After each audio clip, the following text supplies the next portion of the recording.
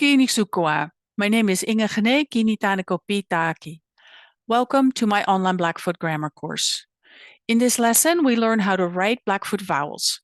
If you want to know more about how to pronounce them and how to transcribe them phonetically, please go back to lesson 5.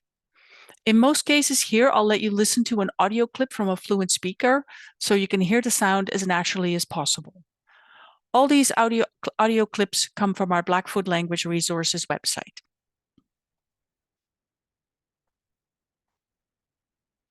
The Blackfoot alphabet uses only the vowel letters A, I, and O and combinations of those. The letters E and U are not used. It can take a bit of time to get used to the way that vowel letters are used for Blackfoot if you're mainly used to English. If your first language was French or Spanish or Dutch or many other European languages, it would be easier, but English vowels have undergone a lot of change over the centuries, with the result that their pronunciations are now quite different from what they used to be. If you keep practicing, you'll get used to it over time. Just like with consonants, vowels can also be written double.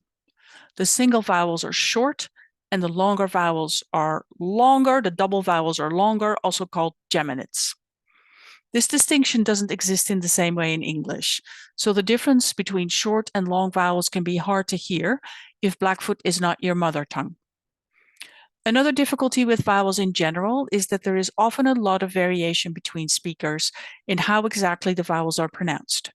So we show the most common pronunciations here, but when listening to a particular speaker, it may not be exactly the same.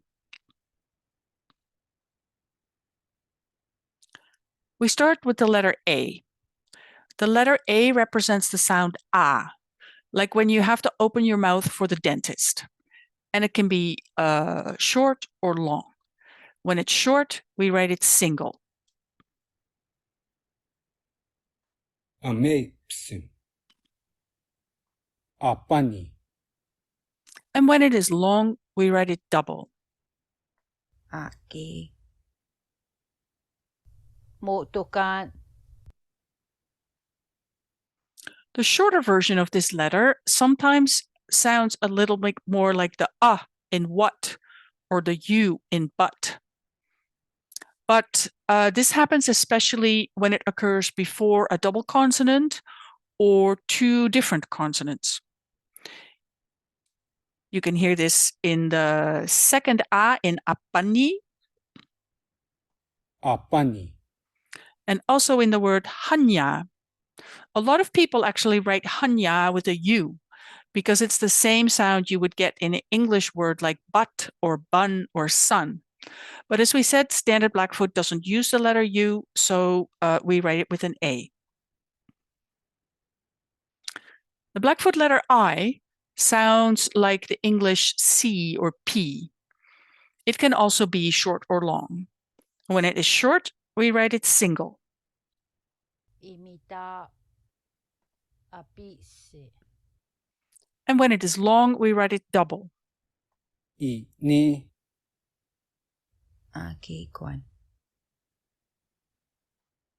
The shorter version of this letter sometimes sounds more like the I in English words like bin or bit.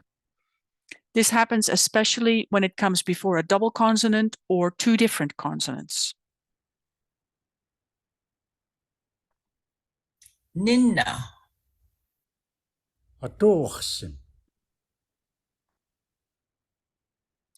The letter O sounds like the vowel in English boat or road. It can also be short or long. When it is short, we write it single, as in uma. And when it is longer, we write it double. No kuwai. Both. The short version of this letter sometimes sounds more like the vowel in words like hook or woman. Pokon. Kisto.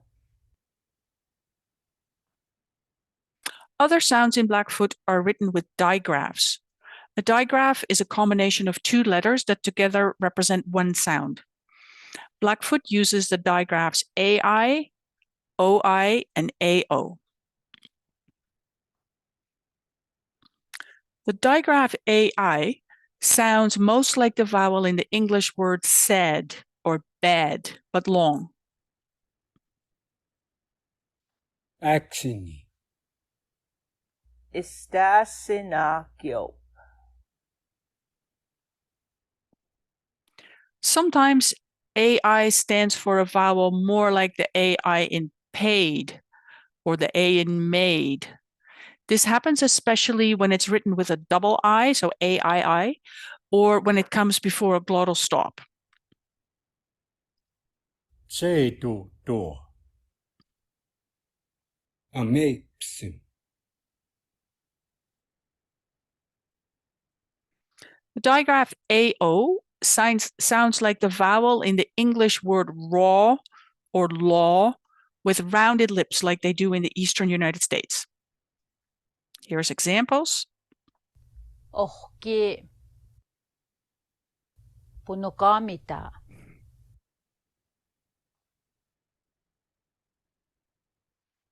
And the digraph OI represents an actual diphthong like in English coin or boy. Boy nemau. Nitsitutuitsist.